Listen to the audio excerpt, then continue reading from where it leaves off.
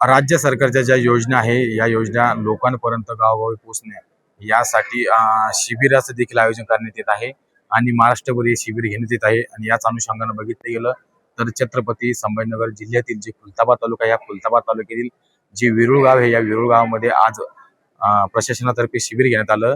आणि ते शिबिर असं होतं की छत्रपती शिवाजी महाराज समाधी शिबिर या शिबिराचं आयोजन करण्यात आलं होतं.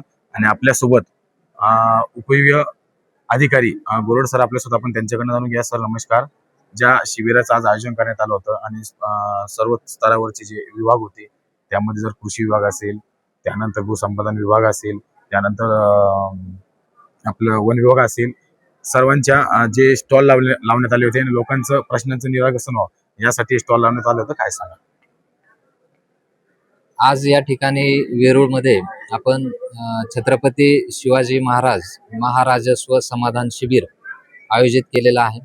सदर शिबिराची संकल्पना ही आपल्या राज्याचे माननीय महसूल मंत्री माननीय मुख्यमंत्री साहेब यांच्या संकल्पनेतून हे शिबिर ही संकल्पना आपण आज राबवत आहोत.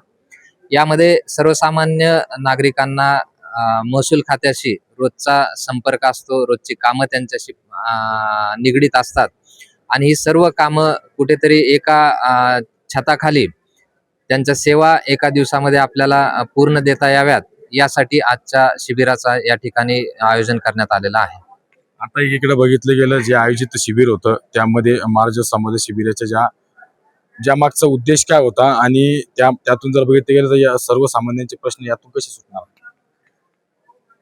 या छत्रपती शिवाजी महाराज महासमाधान शिबिरामध्ये सर्वसामान्य लोकांचे संजय गांधीचे प्रश्न आहेत, आरोग्याचे प्रश्न आहेत, कृषी खात्याशी निगडीत प्रश्न आहेत, 7/12 त्यांना देण्याचा प्रश्न आहे. असे सगळे विषय आम्ही या ठिकाणी घेतलेले आहेत आणि महसूल मंडळ वेरूळ यामधल्या जे सर्वसामान्य नागरिक आहेत त्या सर्वांना आजच्या या सगळ्या सेवा त्या ठिकाणी आम्ही देत आहोत. या शिबिरामध्ये बघितलं गेलं तर 7/12 दुरुस्ती असेल, फेरफार असेल, तसेच संजय गांधी निराधार योजनेसारख्या अनेक सेवा एकाच छताखाली दिल्या जात आहे. मात्र याचा लाभ घेण्यासाठी नागरिकांचा प्रतिसाद कशा प्रमाणात? खरं तर हे शिबिर राबवण्याच्या अगोदर मागच्या 15 दिवसापासून आम्ही या ठिकाणी मेहनत घेतलेली आहे. प्रत्येक गावामध्ये आमच्या तलाठ्यांमार्फत माहिती या शिबिराची आम्ही दिलेली आहे. आपल्या या तालुक्यातील जिल्हा परिषद सदस्य असतील, पंचायत समिती सदस्य असतील, विधानसभा सदस्य असतील, या सगळ्यांना आम्ही लेखी पत्र दिलेले आहेत. याचसोबत स्वतः माननीय जिल्हाधिकारी साहेब आणि माननीय विभागीय आयुक्त यांनी 1-2 दिवसापूर्वी सर्व जिल्ह्यातल्या सर्व सरपंचाची एक व्हिडिओ कॉन्फरन्स घेऊन या समाधान शिबिराची संकल्पना, याची माहिती, यातल्या कामकाजाची सगळी माहिती सर्वसामान्य लोकांपर्यंत दिलेली होती. आता बघितलं गेलं तर अनेक दिवसांपासून जे प्रलंबित असलेले जे फेरफार किंवा जमिनीचे वाद आहे तर या शिबिराच्या माध्यमातून आपण ते निकाली काढले जातील का? तेव्हा यामध्ये जे प्रलंबित फेरफार आहेत ते त्या दिवशी त्या शिबिरामध्ये आम्ही त्याच दिवशी प्रलंबित असलेले सगळे फेर निकाली काढणार आहोत. त्याचसोबत जे आरओआरची प्रकरणं आहेत, रस्त्याची प्रकरणं आहेत, तक्रार फेरची प्रकरणं आहेत, हे देखील आम्ही लोक अदालत अशा पद्धतीची एक संकल्पना राबवून याच शिबिरामध्ये त्या सर्व प्रकरणांचा त्यामध्ये आम्ही निपटारा करणार आहोत. आता एकीकडे बघितलं तर ग्रामीण भागामध्ये रस्त्याचे शेताला जाण्यासाठी जो रस्ता आहे, पानंद रस्ते असतील किंवा शेतवाटे दिवाळीवाटे असतील, यामध्ये खूप जास्त प्रमाणामध्ये रस्ते रोखले जातात नागरिकांकडे. यामध्ये आता शासनाने एक 2 पाऊल पुढे जाऊन मुख्यमंत्री बळीराजा पानंद रस्ता ही एक संकल्पना आणलेली आहे. यामध्ये उपविभागीय स्तरावरती एक समिती स्थापन केलेली आहे. या समितीमध्ये त्या विधानसभा विभागाचे जे सदस्य आहेत ते अध्यक्ष आहेत, तहसीलदार, भूमी अभिलेखचे, पंचायत समिती, असे वेगवेगळ्या विभागाचे लोक आणि एक 5 प्रतिष्ठित शेतकरी अशा एक समिती त्या ठिकाणी स्थापन केलेली आहे. आणि उपविभागीय अधिकारी हे त्या समितीचे सदस्य सचिव आहेत. या समितीच्या माध्यमातून तालुक्यातील सर्व पानंद रस्ते, शिवरस्ते आणि त्याचसोबत जे खाजगी शेत रस्ते आहेत या सगळ्या रस्त्यांची निश्चितता आम्ही करणार आहोत की एकूण किती रस्ते आपल्याकडे आहेत.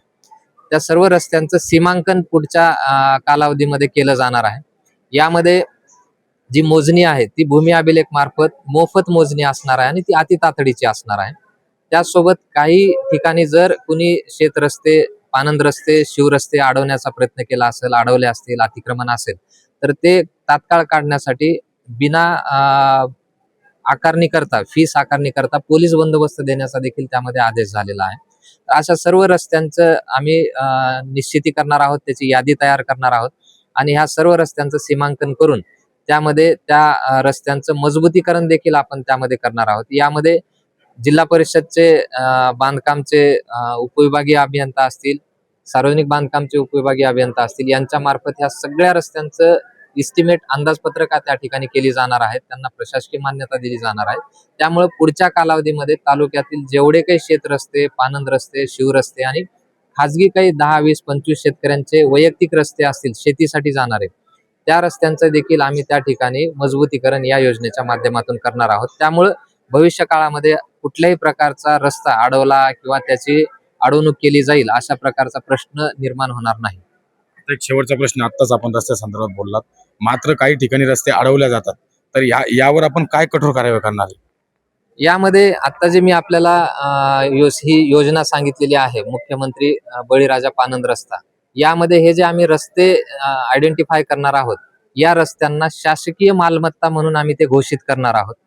त्यामध्ये जर कुणी त्या रस्त्यावरती अडवणूक केली असेल किंवा अडवणूक करण्याचा प्रयत्न केला जाईल, तर त्यांच्यावरती शासकीय मालमत्ता नुकसानीच्या कायद्याखाली आम्ही गुन्हे दाखल करू. त्याचसोबत आपल्या पूर्वीचा जो IPC होता, जो आता नागरिक संहिता कायदा अस्तित्वात आलेला आहे, भारतीय नागरिक संहिता, त्या कायद्याखाली देखील आम्ही त्यामध्ये गुन्हे दाखल करणार आहोत आणि कठोर कारवाई करून अतिक्रमण करणाऱ्यांवरती गुन्हे दाखल करून सर्व रस्ते हे अतिक्रमण मुक्त करण्याचा या संकल्पनेतून निर्धार केलेला आहे. नक्कीच हे होते कन्नड अधिकारी गुरव सर यांनी आत्ताच सांगितलेलं आहे. जे शिबिरासंदर्भात पूर्णपणे माहिती आपण त्यांच्याकडे जाणून घेतलेली आहे आणि विशेषतः जे पानंद रस्ते असतील, जे शेतावर जाण्याचे रस्ते असतील, हे जर कोणी अडवले यावर कठोर देखील कारवाई करण्यात येईल असा देखील इशारा त्यांच्याकडून देण्यात आलेला आहे.